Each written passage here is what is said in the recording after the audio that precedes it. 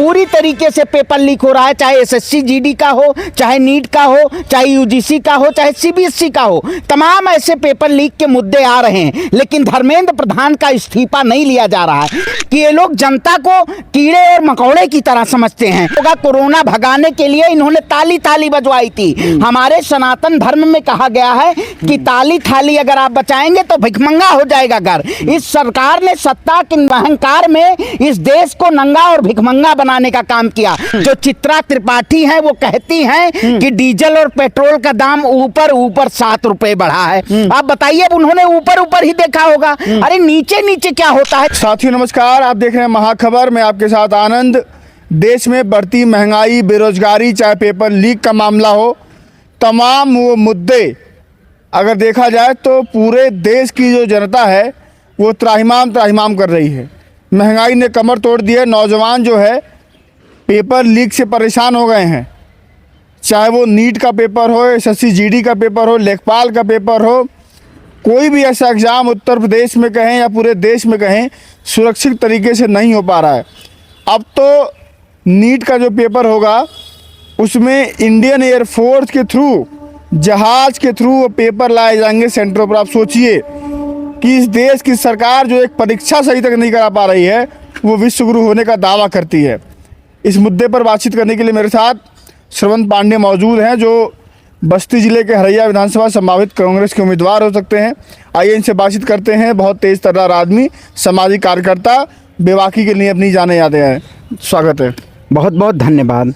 आपने बड़ा अच्छा सवाल किया पत्रकार महोदय। जिस तरीके से इस सरकार के शासनकाल में जो सरकार कहती थी बहुत हुआ युवाओं पे अत्याचार, अब की बार मोई जी सरकार, वो मोई जी की सरकार में एनईटी के छात्र जिस तरीके से उनका पेपर लीक हुआ, लगातार 2024 में भी हुआ और 2026 में हुआ। आज तमाम ऐसे मुद्दे हैं जो देश की सरकार को कहीं ना कहीं सरकार ये नहीं जताना चाहती है कि शिक्षा मंत्री का फेलियर है। जिस सरकार के शासनकाल में पूरी तरीके से पेपर लीक हो रहा है, चाहे एसएससी जीडी का हो, चाहे नीट का हो, चाहे यूजीसी का हो, चाहे सीबीएसई का हो। तमाम ऐसे पेपर लीक के मुद्दे आ रहे हैं, लेकिन धर्मेंद्र प्रधान का इस्तीफा नहीं लिया जा रहा है। ये सरकार पूरी तरीके से मूक बधिर सरकार है, ये सरकार गूंगी बहरी सरकार है। आज तमाम देश में ऐसा मुद्दा है जो सरकार को उन मुद्दों पर बात करनी चाहिए। हमारे नेता जननायक राहुल गांधी लगातार नीट के छात्रों से भी मुलाकात कर रहे हैं और हमारे जो कांग्रेस जन के लगातार आवाज उठा रहे हैं कि धर्मेंद्र प्रधान को बर्खास्त किया जाए, लेकिन अभी तक बर्खास्त नहीं किया गया। और आप बताइए, महंगाई की बात की, महंगाई में जिस तरीके से आज देश की जनता त्राहिमाम कर रही है, लेकिन स्ट्रीम मीडिया, गोदी मीडिया की एक पत्रकार है जो चित्रा त्रिपाठी है, वो कहती हैं कि डीजल और पेट्रोल का दाम ऊपर ऊपर 7 रुपए बढ़ा है। आप बताइए, उन्होंने ऊपर ऊपर ही देखा होगा, अरे नीचे नीचे क्या होता है। जब क्रूड ऑयल सस्ता था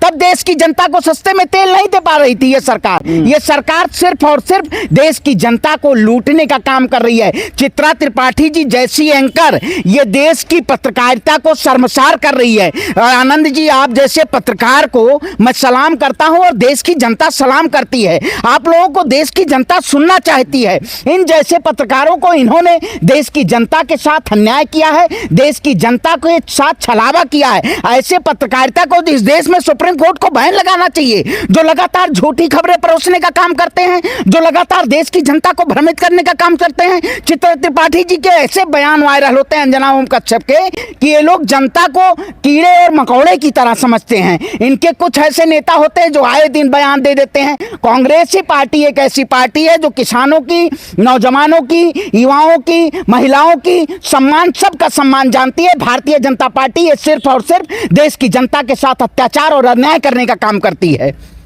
ये बताइए, अभी मोदी जी ने कैबिनेट की बैठक की, विदेश सब घूम के आए वो, तो सबको लगा क्या पता महंगाई पर बातचीत करेंगे, बढ़ते हुए तेल के दाम पर बात करेंगे, पेपर लीक पर बात करेंगे, तमाम वो मुद्दे हैं जिससे देश की जनता परेशान है, उस पर बातचीत करेंगे। लेकिन वो कैबिनेट में बात करते हैं कि पानी ज़्यादा पीजिए, पानी पीते रहिए, अपने परिवार वालों को पानी पिलाइए, रिश्तेदारों को पानी पिलाइए, फ़ोन करके पूछिए कि पानी पिए हैं कि नहीं पिए हैं। तो ये काम अब मोदी बताएंगे। बिल्कुल धैर्य, देखिए अंधभक्त लोग यही काम वो स्वीकार करते हैं। अंधभक्तों के लिए काम बताया जा रहा है, देश की जनता के लिए नहीं। देश की जनता तो अपना कार्य कर रही है, देश की जनता विरोध प्रदर्शन कर रही है सरकार के खिलाफ। किसानों को खाद नहीं मिल रही है, किसान सड़क पे है, युवाओं को नीट पेपर के और तमाम ऐसे पेपर लीक हो रहे हैं, वो सड़क पे उतरे हुए हैं। मैं कहता हूं, आपने देखा होगा कोरोना भगाने के लिए इन्होंने ताली ताली बजवाई थी। हमारे सनातन धर्म में कहा गया है कि ताली थाली अगर आप बचाएंगे तो भिखमंगा हो जाएगा घर। इस सरकार ने सत्ता के अपने अहंकार में इस देश को नंगा और भिखमंगा बनाने का काम किया। जो कहते थे कांग्रेस ने 70 साल में क्या किया, अरे कांग्रेस के शासनकाल में डीजल पेट्रोल 30 से 35 रुपए लीटर था। कांग्रेस के सरकार में किसानों को 700-800 रुपए में एनपीके खाद मिलती थी। लेकिन आज भारतीय जनता पार्टी के सरकार में दाम तिगुना हो गया है, लेकिन मोदी जी को चेताया नहीं जा रहा। मोदी जी पूंजीपतियों की जेब भरने के लिए तैयार है। आज पूंजीपतियों बहुत, कहां गई वो स्मृति ईरानी नहीं दिखाई दे रही है मुझे। बहुत हुई महंगाई की मार, बहुत हुआ महंगाई पे वार, कहां गई डाइन सरकार। ये तो डाइन सरकार है, ये सरकार सिर्फ और सिर्फ देश की जनता को लूटने का काम कर रही है। ऐसी सरकार को देश की जनता बर्खास्त करने का काम करेगी। स्मृति ईरानी जी का बयान नहीं आ जाता है, अब तो कंगना रनावत जी का बयान आता है, मनोज तिवारी का बयान आता है। ये लोग कहते हैं हमारे नेता को कि ये लोग देशद्रोही हैं। अरे हम लोग देशभक्त को आप देशद्रोही कहते हैं?